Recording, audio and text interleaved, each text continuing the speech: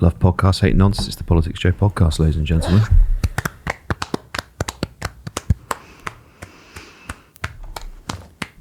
You still going? I got stamina. Yeah? Got crisis stamina. The crisis stamina. What's the crisis stamina? I just keep going. You can't keep a good man down. I see. Britain enraptured in perma-crisis. Tanks on lawns. Statesman-like politicians. Left, right, centre. Who's been statesman-like in your opinion? Oh, well, of course, Keir Starmer.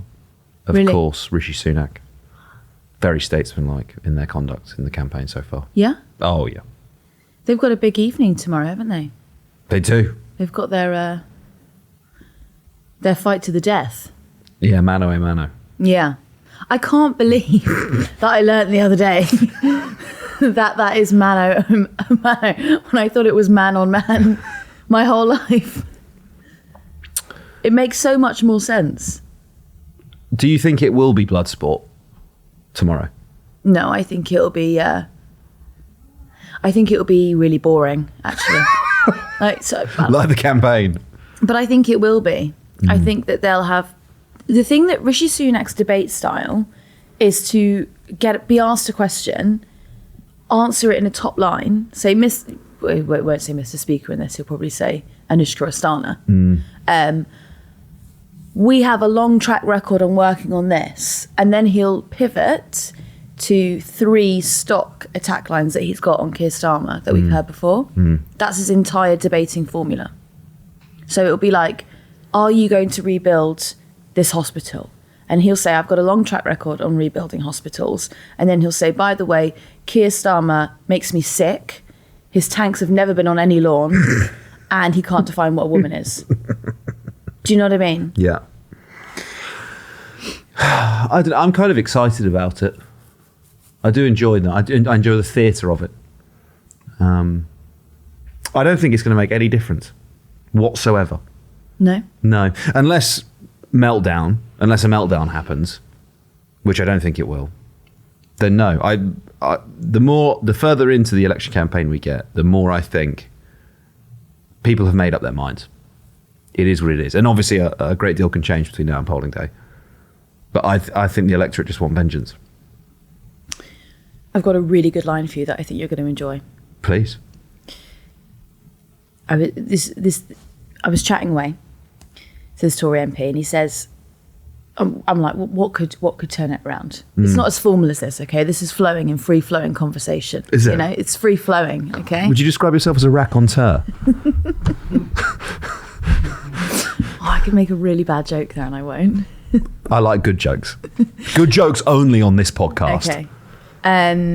Anyway, so we basically concluded that the way that they could win this election is through a war.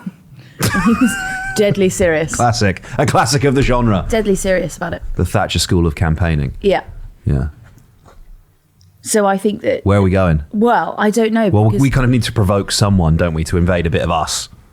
That's what I think, because we were talking about it, and I said I don't think that Ukraine has enough teeth to get people really worried about it. Can we get him to go again? But Milei's not worried about the Falklands. That's the problem. We need to make him worried about it. Do you think? Yeah. How would we do that? Tanks on his lawn. What lawn? Maybe El Salvador. Yeah, the Spanish. The Spanish?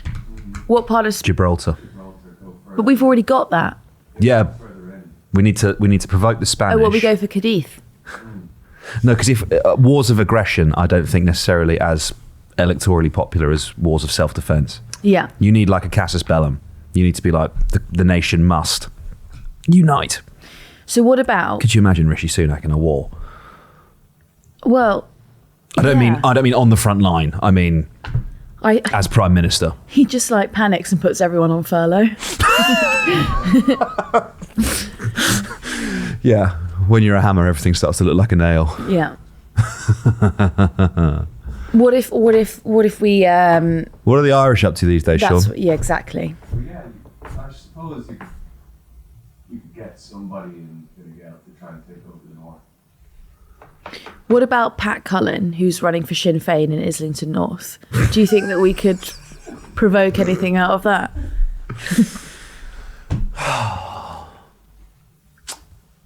Cod wars. Could we What are drum cod up wars? some kind of fishing dispute with an EU member state? Oh, okay. Like the Netherlands. Yeah, Netherlands, Norway, France, Spain. Do you think that there's something in the pipeline?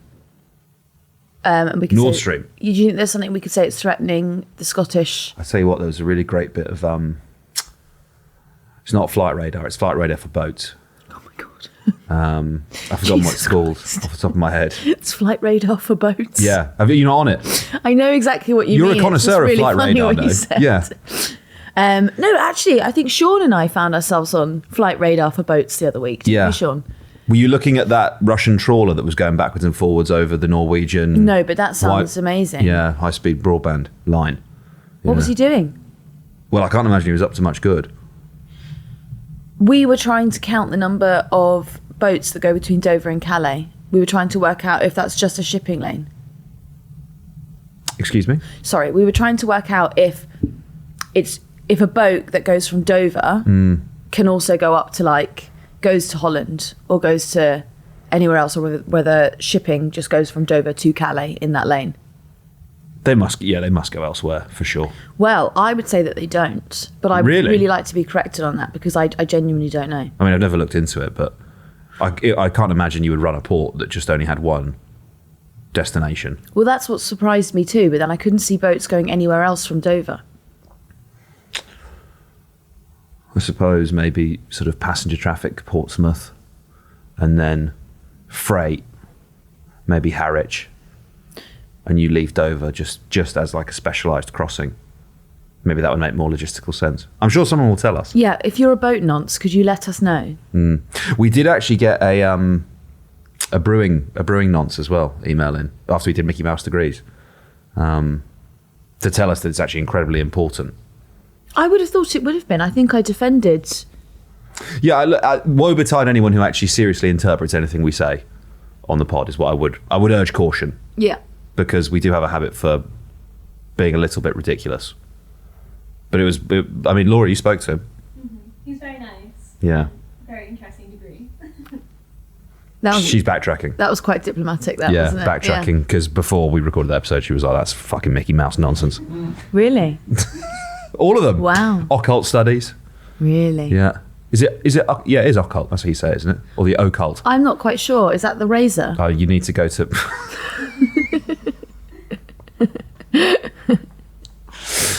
Clearly, I would need to go and do a satanic studies course to learn how to pronounce the word properly. What else was on there? Golf tournament management wasn't there. And Richard Tice believes sociology to be one. I had to back him for that because no one... Stop. No one As a else... paid-up member of Reform, I had to support him. No, but no one else had the... none of the Conservatives who announced the policy of cracking down on Mickey Mouse degrees had the cojones to say... Chutzpah. Yeah, the chutzpah to say what degree they thought was Mickey Mouse. Hmm. And he just went, fuck it, sociology.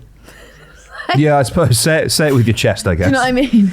Yeah, there's kind of been a bit of a recurrent theme now in these Tory announcements, isn't there? That they seem to be they're almost media driven and media derived.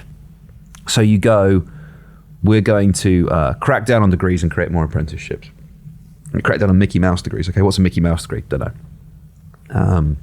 You can take any of Gillian Keegan's recent bits and pieces about free speech on campuses and concern about, I think she called it a contagion of these protests and the sort of the violence that we've seen on American campuses coming over to the UK. And when she was pressed on that, was what evidence is there for that happening? She said reports.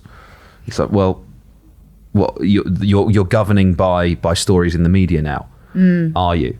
And I think, as you're seeing on the morning round today, which is ongoing, as we record with Kemi Badenoch out and about, you're seeing that with this piece she's written in the Times about sex versus gender.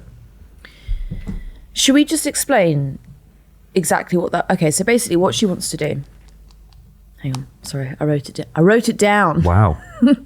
Wow. Wrote it down. Okay, so they want to change the law on single-sex spaces. So it basically means that the Equality Act will mean that they'll change it so that sex is defined only as someone's biological sex. This will allow organisations to bar people from women's toilets, prison cells and changing rooms if they were not a female at birth, even if they have a gender recognition certificate. This is where it gets really interesting though, Ollie. Because this is where Carl Benjamin enters the conversation. Fucking great. In an interview today with Radio 4, Kemi Badenoch was asked, did she think it was appropriate that one of the Conservative candidates, Liz Truss, who you might remember from her brief stint as Prime Minister, appeared on the platform set up by Carl Benjamin. And if you remember, he said there wasn't enough beer to rape Jess Phillips. Yeah. Now, to me... He would say that was a joke, just full legal. I don't find that funny, but that is his denial of that. Can I just check which bit you're legaling? The bit that you don't find it funny, or the bit that he would say that was a joke?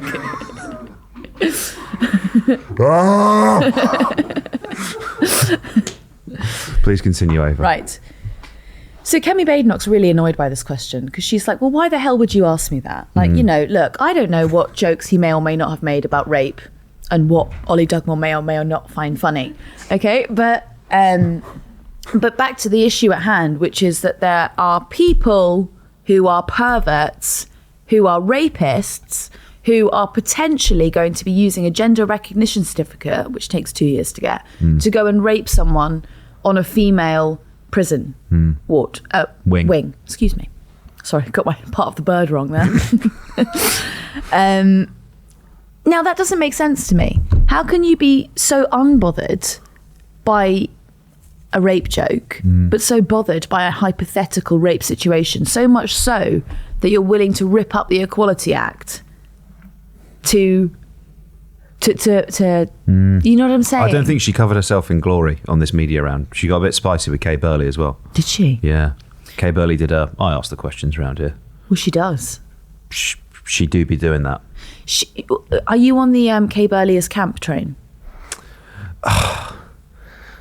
Look, Ava, I try so earnestly to engage with the gays on things like this, and they keep posting in the subreddit about how I try to get involved, but I'm like 95% of the way there. Did you see the meme in the subreddit this weekend? I did not. Because it's like a sketch, and there's two guys, and one guy's being like, oh my God, mother slay, she served. And they're like looking at Met Gala stuff. And then his mate is like, yes, let's serve up mother's cunt. And the other guy's like, what the fuck is wrong with you? You're the middle guy. I think that the inference was that whilst I'm earnestly trying to involve myself, I just can't quite get it right. Okay. I think. Well, I'm all aboard the Kay Burley camp train. Okay, tell me what that means. And also, if you could specify how I should talk about it in the future when I want to reference this, that would be really helpful as well. I don't know, but is Kay Burley mother? No, I don't think she's quite mother. Does she serve? She does serve, yeah. Okay. I tell you who might be mother. Beth Rigby. Yeah, I could see that. I could see that. Her and Ridge, when the election were called, would we say they were serving? They were. I think they were giving. Ooh. Yeah. Interesting distinction. Because it was. See, they were both wearing pink outside Downing Street, right? Is that gay to you? Well, this is the problem. This is the problem, right? Because I want to say they looked really cool, but also I'm aware that I'm being like, the girls were wearing pink. How gay? It's like, this isn't the 1950s, Ollie. Happy Pride Month. Yeah, Happy Pride Month. Fucking yeah. Sponsored by Lockheed Martin. Yeah. I don't know. I just want to be an ally, Ava. That's all I want. Okay. See Jermaine Genus getting awarded that trophy for being a top ally to women footballers. No. Yeah, he did. He got that. I think it was Did this he weekend. eat? I don't know. Stop asking me. Did he eat up at the awards? I wouldn't want to ask that question, Ollie. Presumably at an LGBT event, probably not. Yeah. Okay. Back to Kemi Badenoch. Great. Yeah. So today she's on Radio 4. Yep. She's speaking to Michelle Hussein. Yep. Michelle is asking her, okay, so Mother. Correct. Yeah, fucking, we're getting there. We're getting. Oh, hey, come on.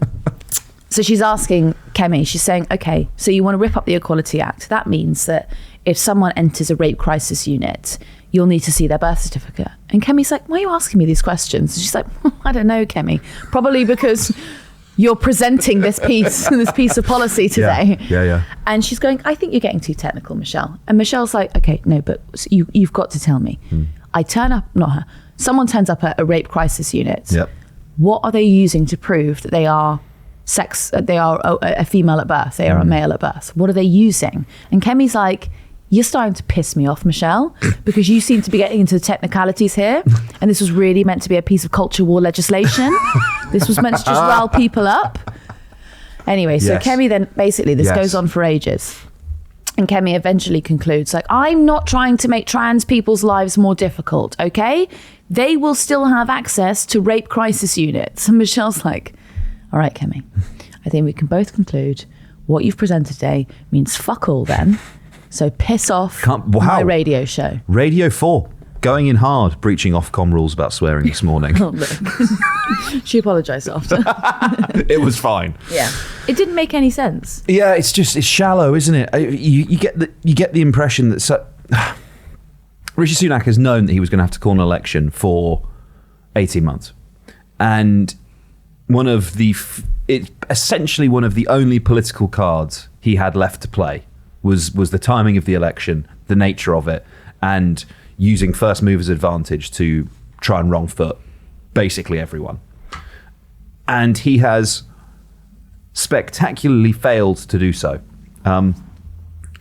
Whether it's in the actual timing of the announcement, he didn't have to make it on the Wednesday when it was pissing in the rain. He could have just waited until the Thursday to do it. Well, he actually could have, because of the date that he called it. He really didn't need to call it on the Wednesday. So, whether it's that, whether it's your literal political opponents, who it seems the only politician he managed to wrong foot was Farage, who said he was going to stand and didn't stand in the end. But you would think, if you knew that you were going to do this, you'd be like, what does week 1 look like? What does week 2 look like? And they are already at demonizing trans people.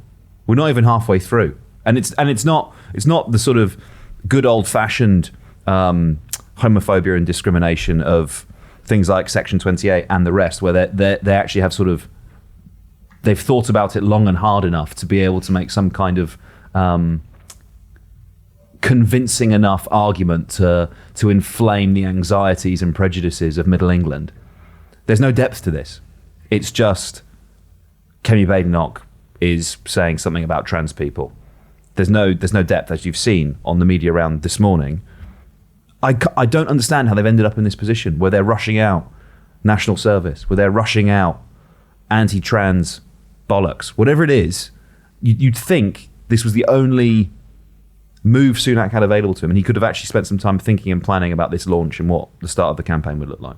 Yeah, you think it's almost like they've drawn their Uno draw 4 card a bit early in the game. Do you think? Yeah. You know, when you're like, why didn't you save that? Yeah, I mean, classic Uno strategy is you want the +4 at the end. You do. Yeah. And I mean, you can make a more serious point here, which is that, I prefer talking about Uno. well, we should play Uno while we do this podcast. Or maybe chess. Is it? I'm not sure it'd be a great listen. Is it now? That's the, like... No, it's not. Yeah, up and down the country. If you're on the way to school today, or you're on the way to work, and you've caught a hint of the broadcast round, what you've heard is that if you don't identify as the sex that's on your birth certificate, if you end up in a situation where you have been raped, you may be refused entry into a rape crisis unit, and that's incredibly frightening. What, on the grounds that you don't have your birth certificate with you? Well, that is, I suppose, that is the inference that they could take from the morning round this morning, although she was very unclear about it. But yeah, if you identify as a woman now, but you've got female on your birth certificate, sorry, you'd be fine. You got mail on your birth certificate and you're raped. I mean, Michelle actually said to her, she said, what if they've had their penis removed? Like, she was really like getting into the like the obvious technicalities that need to be talked about. And Kemi actually, like, you could hear her pull back. She was like, ooh, it's like, that's honestly what we're talking about. That is, we are actually talking about that. Yeah. And you're glossing over it. I don't know. I think it's very sad. Me too. Labour, conversely, announcing this morning, nuclear deterrent triple lock. Upgrading the subs. Labour Party. Triple lock plus, is it? I would think you would want at least 3 locks on the nuclear arsenal. Possibly more, to be quite honest with you. I don't think... I'm coming out against this policy. I think we should need more than 3 keys if you want to get to the nuclear weapons. Do you reckon? Yeah, at least, yeah. How many copies of those keys? I mean, ideally 1 at most. I'd like to be put on record that I should not be trusted with it because I can't even handle my own house keys. How many... I mean, what are the 3 locks? There's probably like a padlock on the first gate.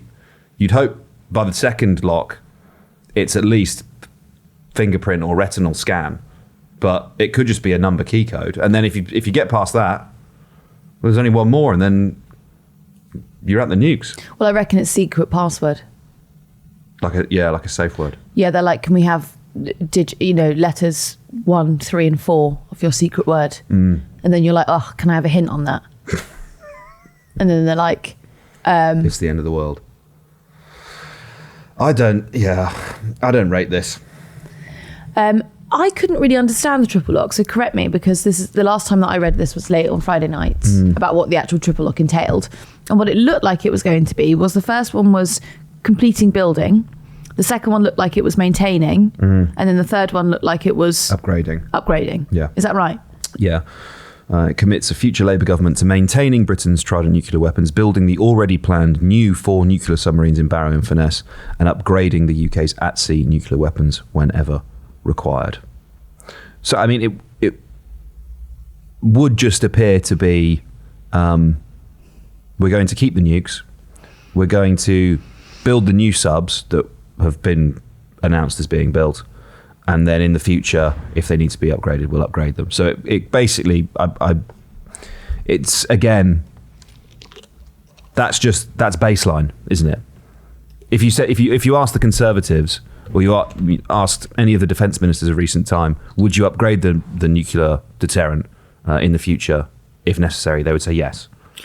Well, Grant Shapps said that there had been 11 shadow cabinet ministers who had voted against Trident over the years. And so that's why Labour couldn't be trusted with nuclear. They're just getting ahead of that. That's what this is. Well, I also was trying to work out why they were calling it the triple lock. And I was trying to think, do you think that's because they're hoping to reclaim triple lock as their own? Yeah, 100%. That's what it's the same with like Take Back Control Act, you know. It's all pilfering, successful. It's so like direct, isn't it? I want to ask if they're going to keep the triple lock on student loan repayments. Yeah, probably. I mean, there's interesting chats to be had about Trident, right? It's been a long time since we've successfully tested one of those missiles. The last 90% sure the last 2 tests have been failures. Like the missile has like flopped out of a sub. I'm not joking. That sucks. Yeah, it does suck. Trident last successful test. You know, the fact that when the Chancellor steps up and does a budget, he doesn't talk about or reference any of the top secret funding commitments in relation to, for example, the nuclear deterrent. And so the event he does, it's a false economy because he's not talking about the full fiscal picture. Why is that taking me to a picture of Mrs. McGonagall? Yeah, the last successful unarmed Trident missile test was in 2012. The 2 most recent tests have been failures. I've got a question here. Yeah. Why were we spending that much on testing our nuclear capability in the height of austerity? Well, this is the point. This is the argument goes, right? The apparent justification for having these submarines is to act as a deterrent, right? Mutually assured destruction, which is what would happen if any of the major powers deployed their nuclear arsenals against each other. And that is the equivalent of covering yourself in petrol, covering Russia in petrol, and then you both wave boxes of matches at each other and say, "I'll fucking do it." It doesn't add up. And obviously there are sort of rival rationalizations of it, like Prisoner's Dilemma and stuff, but we don't need to get into that. Rather, you're basically saying we can annihilate ourselves and we'll keep paying 37 billion quid a year, roughly. I think that's the costing of it. I haven't looked it up. To do this, that money could go an awful long way, an awful long way. And I think you have to. If you're going to say that you believe in having the nuclear deterrent, you have to. I think the argument has to be stronger than that. Well, we should work out which city they'd nuke. I presume it'd be London. Well, you see, that's what if they're going to go rogue and they're going for Birmingham? Let them have it. Well, because that's what I'm thinking. Because what I'm debating is how invested should I get into Trident?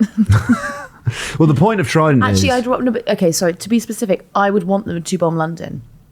I have no interest in them bombing somewhere like Birmingham and then having to experience the fallout of that.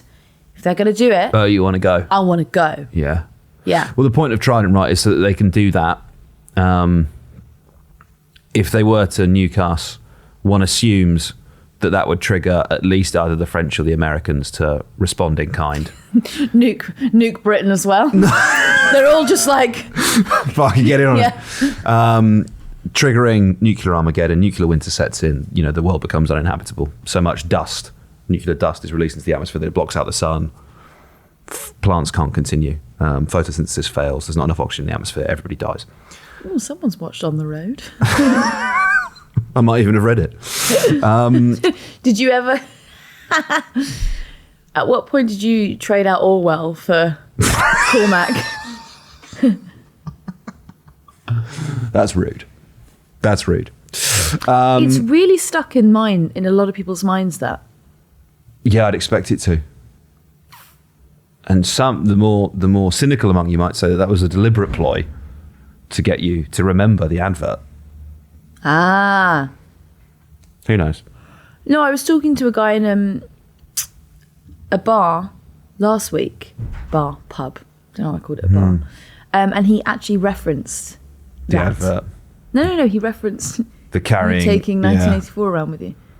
I think this podcast is essentially a study in me gradually degrading myself further and further until I have nothing left to give. I haven't painted myself in glory either, so I wouldn't worry about it. Do you know what I keep looking at? What? This light. Right. I want to show it to them. Go on. It's not a green screen, you stupid fucks. Thank you. That's a big moment for them. Yeah, it is, isn't it? That's a big moment for them. Yeah. Yeah. You ever looked into broken arrows? No, what's that? It's what we call when a nuclear warhead goes missing. And it used to happen all the time. Why would it go missing? So, falls off the side of a ship into the sea.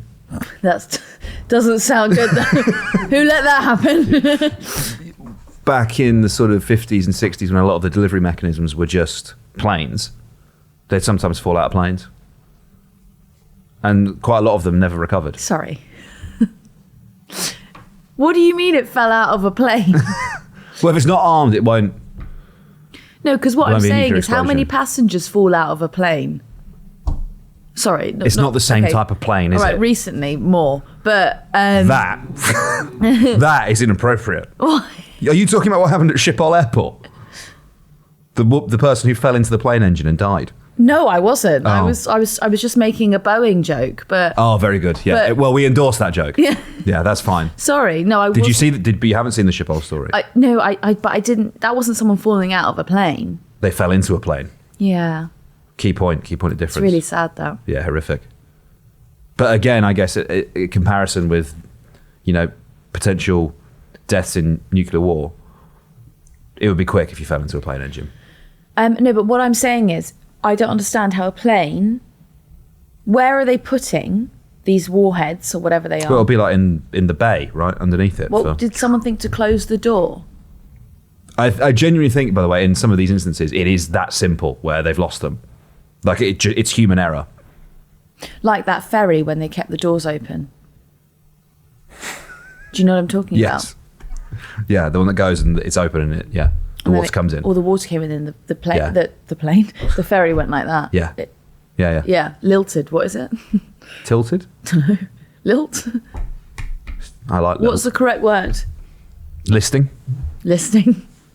There you go. That's sort of just combined tilting and listing to create one of the nicest drinks of all time. You're right. I don't know why people listen to this.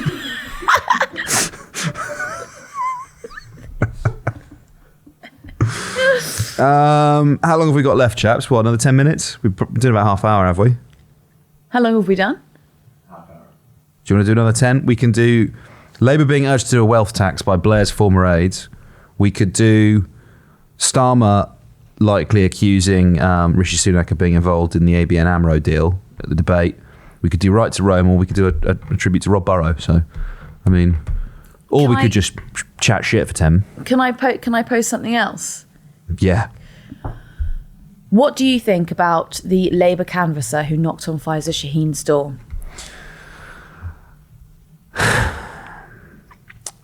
You didn't like secret option number 5. What did I think about that?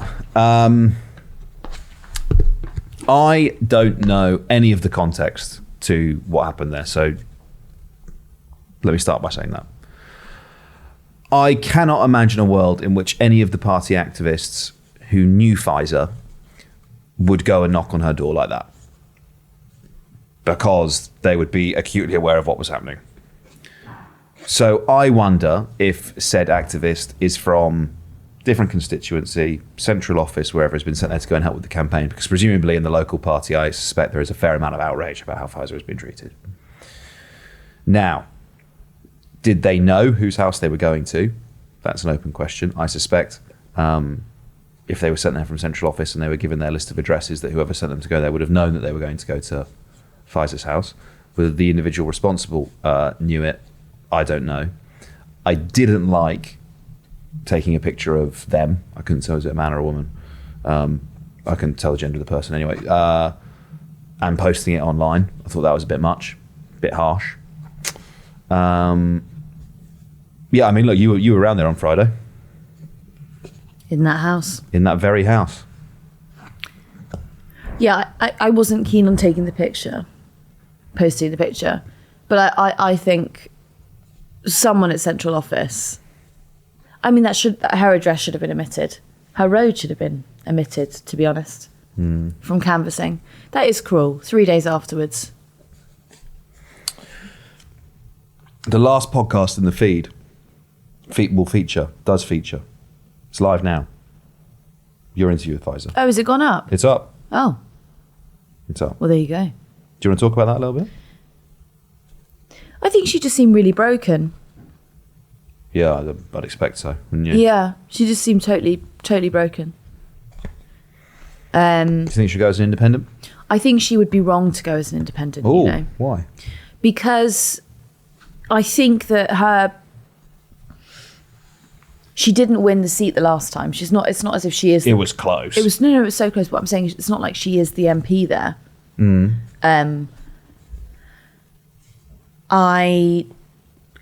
She's never been in Parliament before. I'm not sure about. Do you know what? The way that I think about it, I think that it would be very difficult to go into Parliament as an independent, because you don't understand the mechanisms. It's very difficult to get debates through. It's very difficult to actually fight for your constituents unless you know the inner workings of it. I don't think that she would be best placed to do it. I also think that, I think that you kind of need that's going to start. No one's going to like the answer, but that is how I feel. Yeah, I think... Like with George Galloway, he'd been in there before. He knew how to do it. Corbyn's been in there before. Yeah, I think she could learn. I think we're poorer for not having her candidacy. And if the way to get her in is, we're talking about an economist with a left wing of critique of our political system that's grounded in class consciousness. I think that's exactly the sort of person you should be trying to get into Parliament. Well, I think we personally. should have her on here with her book, because her book's all about that. I think it's horrific. She comes so close in 2019. She's the presumptive candidate for the next election. She spends 5 years campaigning during a pregnancy, after birth, and then gets an email telling her she's not the candidate anymore. It's disgusting, isn't it? But She's very well liked in the area as well. yeah, I suspect so. If I gave you 5 years to make yourself well liked in an area, you'd hope that by the end of it you would be. Oh no. The more time they had with me. It's a real short tail on likability with me. Yeah. 5 years is past the time horizon. They'll realise that actually it's all a front and I am in fact a cunt. I think that what I've just said about parliamentary procedure is actually low down on my reasons of why I don't think she should stand as an independent. I think my primary reason is I think that she would be doing it out of two fingers at the Labour Party. Yes, and I don't think that's a good 100%, reason to take on. I think she's considering candidacy. suing the Labour Party, isn't she? So Yeah, she is. She talks about that in the interview, but she basically is saying like, it's very difficult to sue the Labour Party because it's quite clear violation of employment law, what they've done to her. But the Labour Party is essentially a club rather than an employer. So it's very difficult to sue them. yeah. But we'll be speaking to another MP, won't we, this week, who is also suing the Labour Party over their treatment.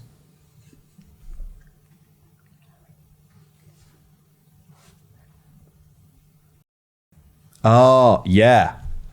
That'll be good. That'll be real good. There's a lot of things happening, all right? I can't keep them all in my mind palace. Mind Palace? Yeah. Mind Palace? Yeah. There's a box. Do you know what? Downstairs, living room on the left, election bits. Box reminds me, that's a very nice cut on your shoulders there of that shirt. Do you think so? It's a very boxy cut, but it's a nice cut. New this weekend. Is it? Where's that from? Guess. Is it? No, it's not from Guess. Guess where it's from. Is it from our brother's Uniqlo? It's not. But No. I am a disciple of Uniqlo, as you well know. It Is it is COS? high street, and actually it's sort of retail park. Retail Park? Yeah, they have Next? outlets. Yes, No way. Correct. That's a Next this outfit. is a Next shirt. I was going to go with COS, and I was going to go with that That seriously. is the highest praise. Yeah. 30 quid from Next. Wow. Well, look at that. I'm crying out for a brand deal, guys. Fucking, is this not influencing? The fucking political freaks of the UK. All wearing Or a little walking around boxy, in Next shirts.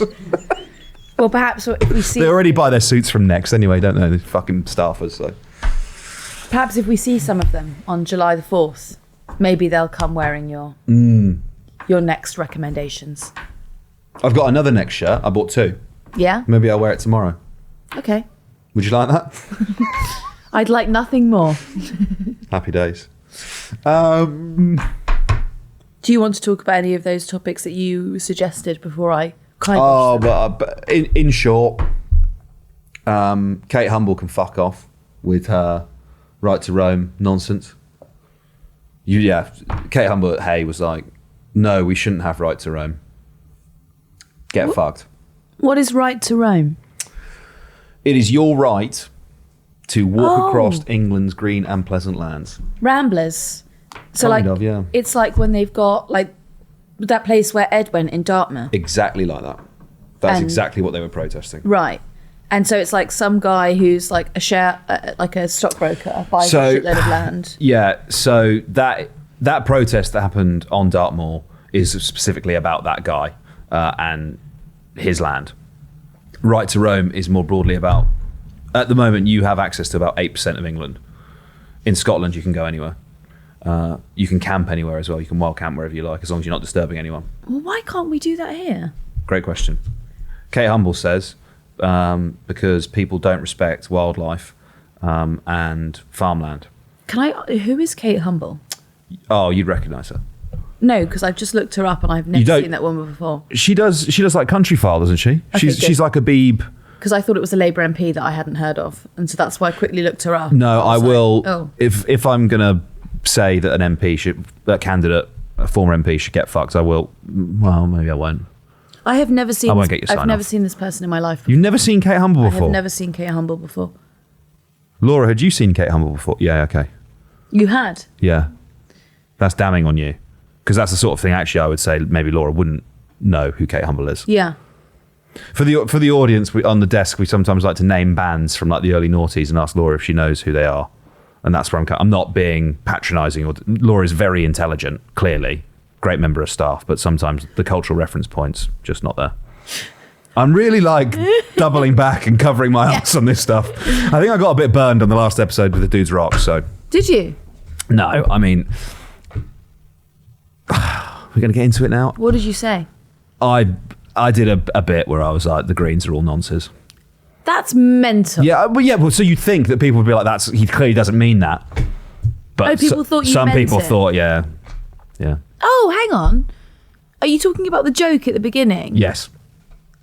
I didn't realise that you were actually saying that. I thought that was a speaking of... I thought that was just a... People are precious. Yeah, they are. No, I was just being fun. So maybe I'm second guessing myself a bit. I'm not really throwing my punches. Right to roam's big. It's important, and I don't like it. Why did she say no right to roam? Because of wildlife. Yeah, respect for farmland. She said, I do think it's enormously important that there are areas of the country where people are not allowed. We've all walked along footpaths or along riverbanks or through urban parks and seen the rubbish that has been left. Frankly, the disrespectful way people treat the countryside. But it's a non-argument. Bad behaviour of a few doesn't mean that the rest of us should be denied access to the commons. You know why that sucks is because the classist argument here will be, well, you've probably got a lot of mates who've got parks, or like, That's huge it. spaces of land that you can go walking and wandering. That's exactly what it boils down to. It's the people who own vast swathes of England. Yeah. And it is broadly aristocrats, the church and the crown that owns most of it. There's huge swathes of the country that are just off limits to the vast majority of the population, and I think that's wrong. It sort of goes back to why we got parks in the first place in London, doesn't it? Do you remember that? No. Well, like the distinction between a common or a park. Oh, we're going to talk about enclosure. Well, but you know how a lot of lords and barons gave up that land because they decided that actually people should be allowed to enjoy some outside space rather than them just hoarding it. That's what Kate Humble would have been arguing against the opening of Clapham Common. She strikes me as a big fan of enclosure, yeah. She would have said Blackheath. I love Blackheath. Yeah, but she would not have wanted that open to Was the there public. at the weekend. Do you know there's a ton of plague dead under there? That's why it's called Blackheath. Blackheath, Yeah. right. Other great bit of knowledge for you. Did you know during the COVID first few days of emergency planning, in government they were planning that if they got overrun with deaths, they were going to turn Hyde Park into a ginormous crematorium. No, they were not. They were. Hyde Park. Yeah. Hyde Park. Yeah. There's loads of they dug out loads of plague pits, didn't they, to build the Elizabeth line? That's the short straw, isn't it? You come into work, hard hat on, HS2 construction team. What are we doing today? Oh, well, I'm going to be building the ginormous concrete pipe that the train will go through. Sorry, Ava, you're on plague pit duty today. Here's a shovel. I would love to be on plague pit duty. I'm not really sure what the downside here. I'd much rather that than laying the pipe.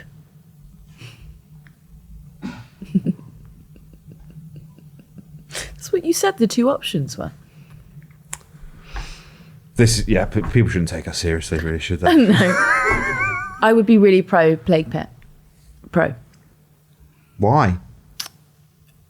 Well, they don't still have the plague. I wouldn't trust that. Really? I reckon. Okay, first things first. I'm not a scientist. That should be abundantly clear to anyone who listens to the programme, right? They should know that.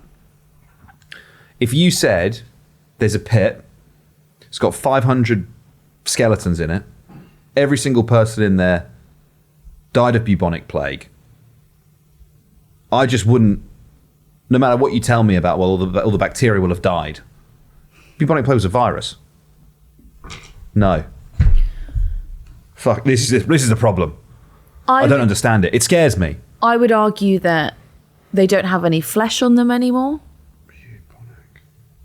And they've been down there for about 400 years. So I think it might be okay. What are you looking up? If it's a virus or a Yeah. I would really like to know that, actually. It's bacteria. It is bacteria, yeah. Okay, So it could definitely just be hanging out down there. So you could... Oh, no. Then you'd have to take an antibiotic. Like... Oh, no. 2 weeks of amoxicillin. Sorry. The disrespect, honestly. What? Shocking. I think you'd be all right. People Dan. still... amoxicillin can't treat bubonic plague, surely. I don't know. Should we? I love that we're just into Googling medical facts part of the pod. How to treat bubonic plague in 2024. Gaviscon. Yeah, antibiotics. Yeah, but it can't be amoxicillin. It was got to be stronger than that, surely. Amoxicillin's what the doctor gives you for like a fucking chest infection. Well, you would argue that that chest infection that you take it for now, probably 400 years ago, would have killed you, right? Speak People for in- yourself, mate. People in the Victorian era were dying off the common cold. So, Yeah, mate, they were wet as anything back then. well, no, they were. What did Jim die of? Exposure. Yeah. Fucking strap on a pair, mate. Put a coat on, you idiot. Yes. You fucking idiot. Well, but without that, What did Ava die of? Consumption. I don't think I would have died of consumption. What do you think would have got you? Syphilis.